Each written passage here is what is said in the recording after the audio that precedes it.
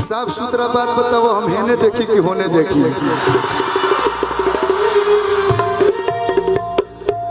प्रेम से बोले दुर्गा मैया की।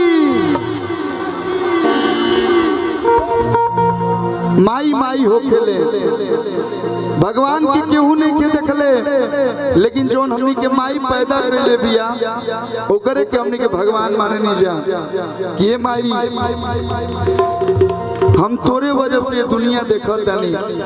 वही माई खातिर एगो बेटा यानी कि हम अपना एल्बम में वो गीत गोले रहने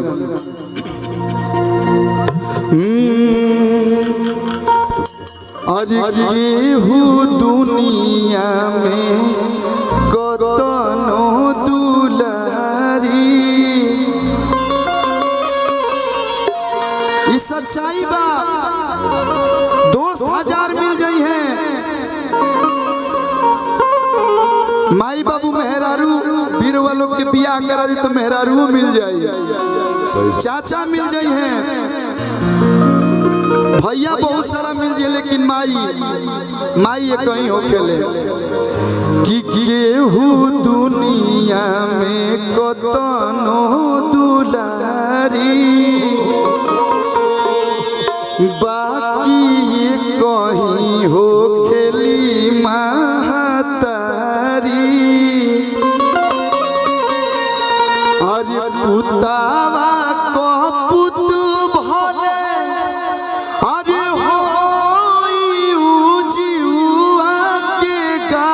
हो खेले। आजकल लड़का लोग ढेर पैसा कमाता तो माई बाबू के वृद्धाश्रम में रख देता। ये लोग नहीं के सोचत कि माई 9 महीना अपना पेट में पले बिया, अपन नींद खराब करके बबुआ के सुतैले बिया, अपन खाना छोड़ के बबुआ के खियोले बिया।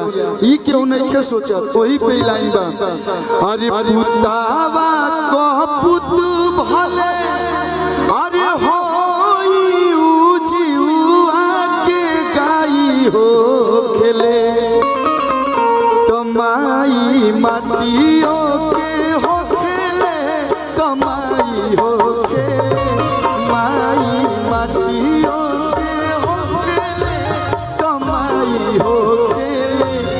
केहू दुनिया में कतनो दुलारी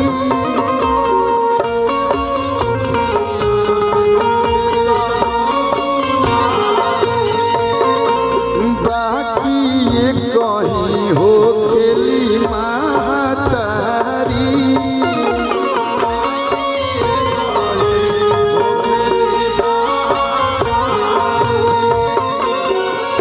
हरि पुतावा को पुत भले हो जीवा के गाई हो खेले। पुतावा को पुत भले गाई हो खेले, माई माटियों के हो खेले तो माई हो खेले, माई माटियों के हो खेले तो माई हो खेले। क्या बात है?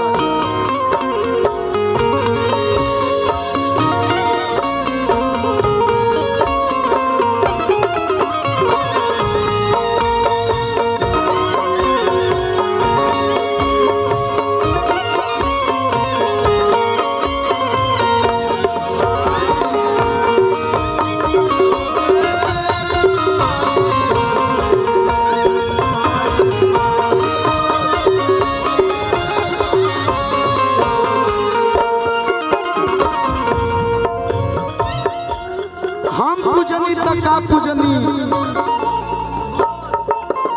हम जब छोट रहे थे गीत गौले रहनी कि हम पूजनी तक का पूजनी, पूजले देवता महान बा। प्रभु श्री राम जी एगो माई के कहला पर अपन राजपाट छोड़ के 14 वर्ष खातिर जंगल में चल गई। तो देवता लोग पूजले बा, लेकिन हमनी के माई के पूजल भुला गेल बने। सो गाना के भाव बा अरे करे चरनिया में बस चारों धाम हो।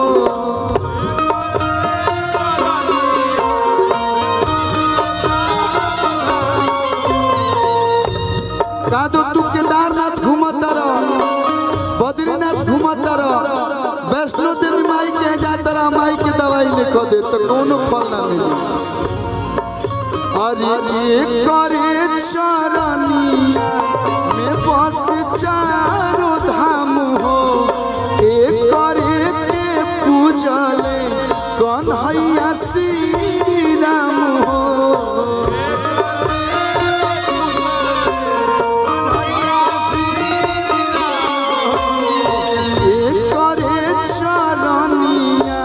में बस चारों धाम हो। एक करे चरनिया के पूजल श्री राम हो। और आप लोग के जब तकलीफ होला तो आप लोग माई के नु याद करें। लोग जितना एजा लोग बा जब भी दुख तकलीफ में होला तो माई के याद कर ले, जौन माई हमने के पैदा कैले बिया। तो जे लाइन आवता, दुख में ओढ़ावे आंसू अचारा। दीनानाथ पांडे जी उतने याद था, बहुत सारा प्यार।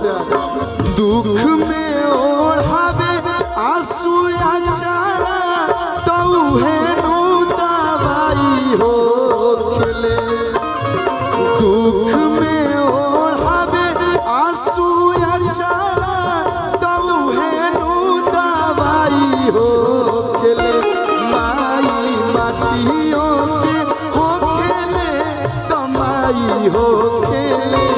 माई माटियों के हो खेले तो माई हो खेले। माई माटियों के हो